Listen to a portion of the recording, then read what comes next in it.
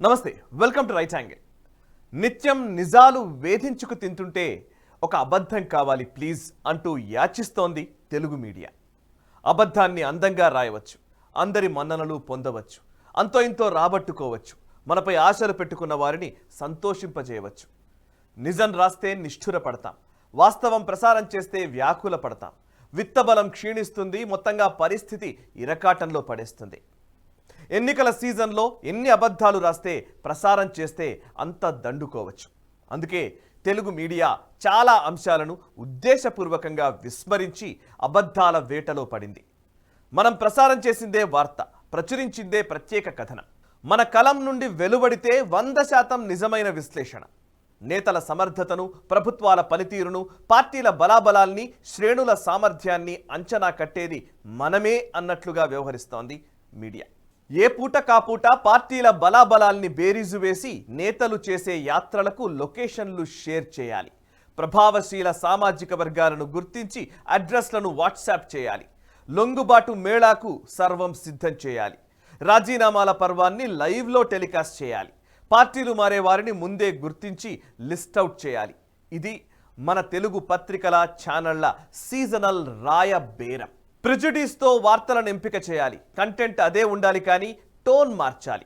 వ్యాఖ్యలో విరుపు ఉండాలి, కథనానికి కాస్త రంగు పూయాలి. మొత్తంగా సేలబుల్ ప్రోడక్ట్గా వండి వార్చాలి.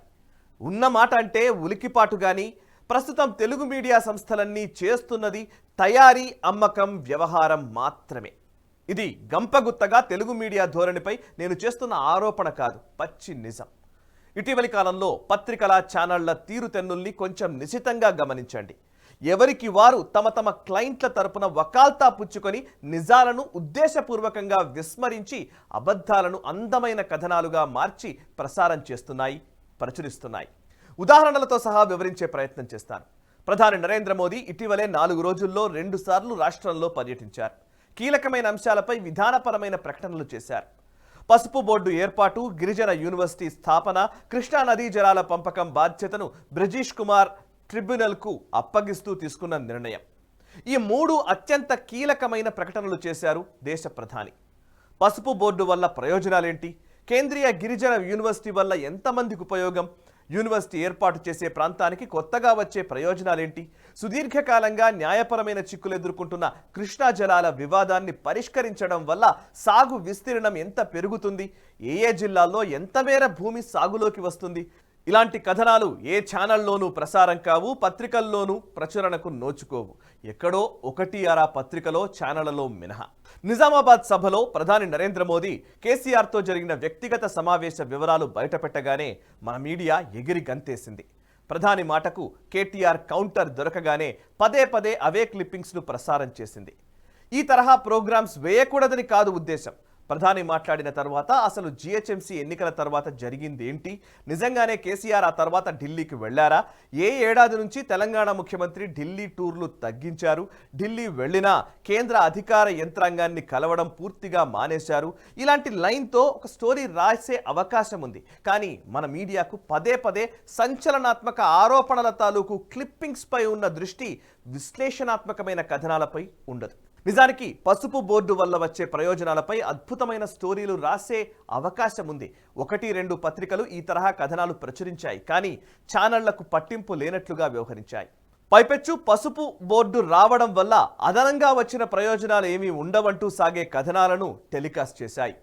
సమ్మక్క సారలమ్మ పేరిట గిరిజన వర్సిటీని ప్రధాని ప్రకటించగానే అధికార బీఆర్ఎస్ విమర్శలకు దిగింది. విభజన హామీల్లో ఉన్నదే ప్రకటించారంటూ చేసిన కౌంటర్ అటాక్ను ఛానళ్లు అదే పనిగా ప్రసారం చేశాయి.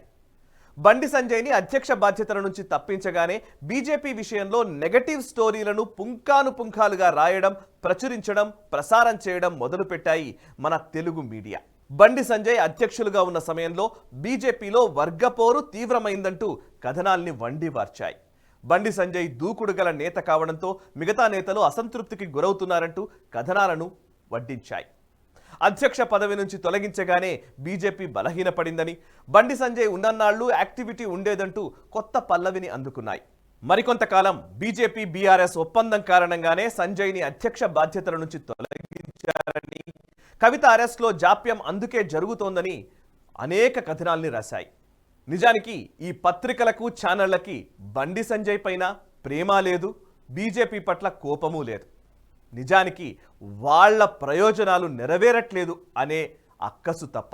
ఇక మరికొంతకాలం రాష్ట్రంలో బీజేపీ వెనకపట్టు పట్టిందని, కాంగ్రెస్ పుంజుకుందనే కథనాలు గత 6 మాసాలుగా ప్రసారం చేస్తూనే ఉన్నాయి. పోనీ నిజంగానే బీజేపీ వెనకపట్టు పట్టిందని అనుకుందాం. మీడియా సంస్థలకున్న ప్రాతిపదికలు ఏంటి? వేటి ఆధారంగా ఒక రాజకీయ పార్టీ బలాబలాల్ని బేరీజు వేస్తాయి?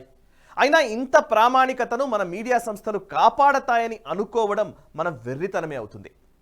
ప్రసార మాధ్యమాలే ఒక అంశాన్ని తీవ్ర స్థాయిలో ప్రచారంలో ఉంచుతాయి. విషయ ప్రాధాన్యం అనేది పక్కన పెట్టి మరీ అతి ప్రచారాన్ని కల్పిస్తాయి.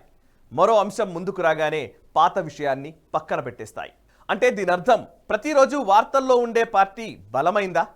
ఒక రాజకీయ పార్టీ బలాబలాలు బేరీజు వేయడానికి మీడియా కవరేజ్ను ప్రాతిపదికగా తీసుకోవాలా? ఒకరిద్దరు నేతలెవరైనా ఏదైనా పార్టీ కార్యక్రమానికి వివిధ కారణాల రీత్యా రాలేకపోతే ఇక అంతే సంగతులు. ఫలానా కార్యక్రమానికి ఫలానా నేతలు గైర్హాజరయ్యారంటూ, వారు వేరే పార్టీలు చేరుతున్నారంటూ వంటకపు కథనాలను ప్రసారం చేస్తాయి. విజయశాంతి, కొండా విశ్వేశ్వరరెడ్డి, జి వివేక్, రాజగోపాల్ రెడ్డిల విషయంలో కేవలం కొన్ని రోజుల క్రితం రకరకాల కథనాలను మన మీడియా ప్రసారం చేసింది. తీరా చూస్తే వారంతా బీజేపీ కీలకమైన ఎన్నికల కమిటీల్లో బాధ్యతలు తీసుకున్నారు. ఈటల, డీకే అరుణ లాంటి సీనియర్ నాయకులు బీజేపీలోకి రాగానే కొత్తగా చేరిన వారికి పాత నాయకత్వానికి మధ్య ఇమడట్లేదని, గ్రూప్ వార్ నడుస్తోందంటూ కథనాలు ప్రసారం చేశాయి. నిజానికి వర్గాలు, అభిప్రాయ భేదాలు లేని పార్టీలు ఏవైనా ఉన్నాయా? ఉండడం సాధ్యమా? ఒకవేళ ఉన్నా వాటి తీవ్రత ఎంత అనే అంశాలను దృష్టిలో ఉంచుకోవాలి కదా. సదరు భిన్నాభిప్రాయాలు ఆ పార్టీలో చీలికకు కారణమయ్యే స్థితిలో ఉంటే ఏ మీడియా సంస్థ అయినా కథనం రాస్తుంది లేదా ప్రసారం చేస్తుంది. అంతే తప్ప ఏమీ లేకపోయినా ఏదో జరిగిపోతోందనే ఉబుసుకుపోని కథనాలు రాయడం వల్ల మీడియా నైతికత మంటగలుస్తోంది. తెలుగు మీడియాలో ఇటీవలి కాలంలో యాజమాన్యాలు మారిన తర్వాత అధికార దాసోహమే పరమార్థంగా మారిపోయింది. పర్వర్టెడ్ లాయల్టీస్ మాధ్యమాల విశ్వసనీయతను దెబ్బతీస్తోంది. గంపగుత్తగా ఛానళ్లను కొనేయడం, పత్రికలను తాత్కాలిక ప్రాతిపదికన కరపత్రికలుగా మార్చడం వల్ల వాస్తవాలు మరుగున పడతాయి. మాధ్యమాల యాజమాన్యాల మేలుకోరే ఎంపిక కథనాలను పదే పదే ప్రసారం చేయడం వల్ల కొన్ని వార్తలు తెలియకుండా పోతాయి. ఉద్దేశపూర్వకంగా దాచిపెట్టిన కథనాలు కాలగర్భంలో కలిసిపోతాయి. వివిధ పార్టీల వకాల్తా పుచ్చుకున్నా సరే ఎక్కడో ఒక చోట కించిత్తు ఆరోగ్యకరమైన స్పేస్లో వివేకంతో కూడిన విశ్లేషణలు అందించవచ్చు.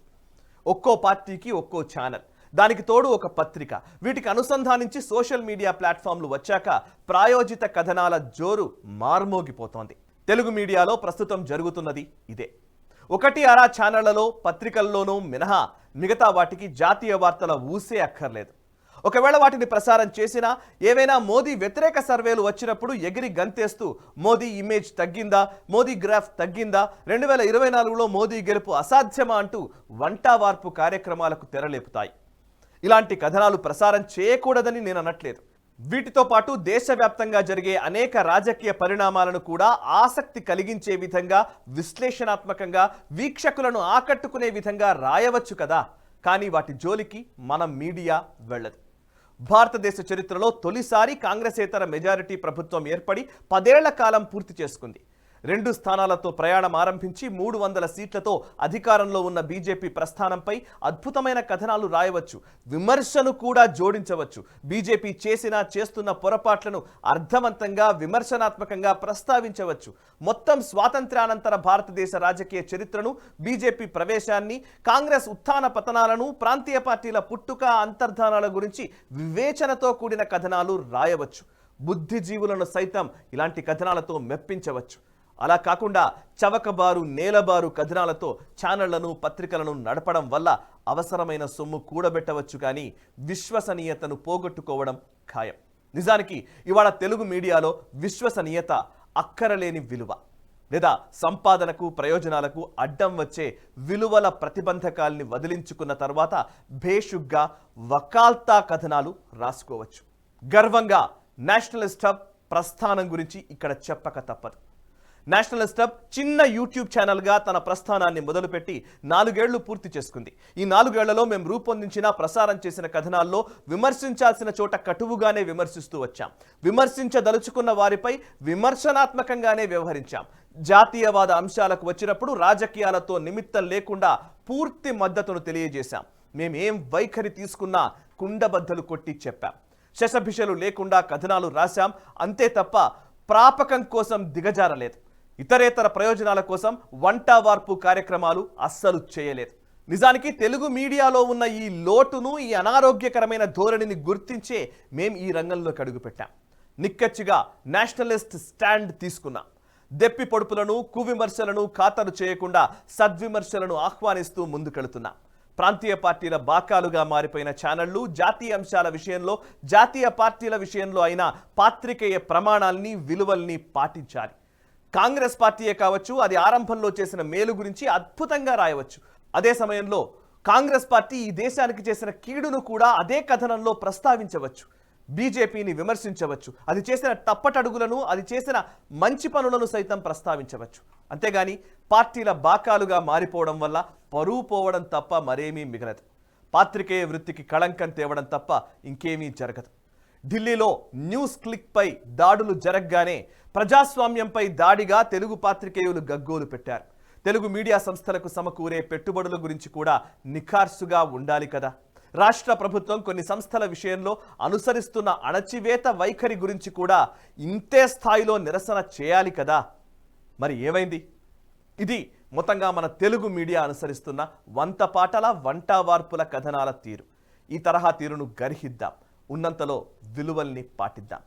మనసా వాచా కర్మణ దేశహితం కోసం పరితపించే నేషనలిస్ట్ హబ్ గ్రూప్ ఆఫ్ ఛానల్స్ని సబ్స్క్రైబ్ చేసుకొని జాతీయవాద జర్నలిజాన్ని ప్రోత్సహించండి.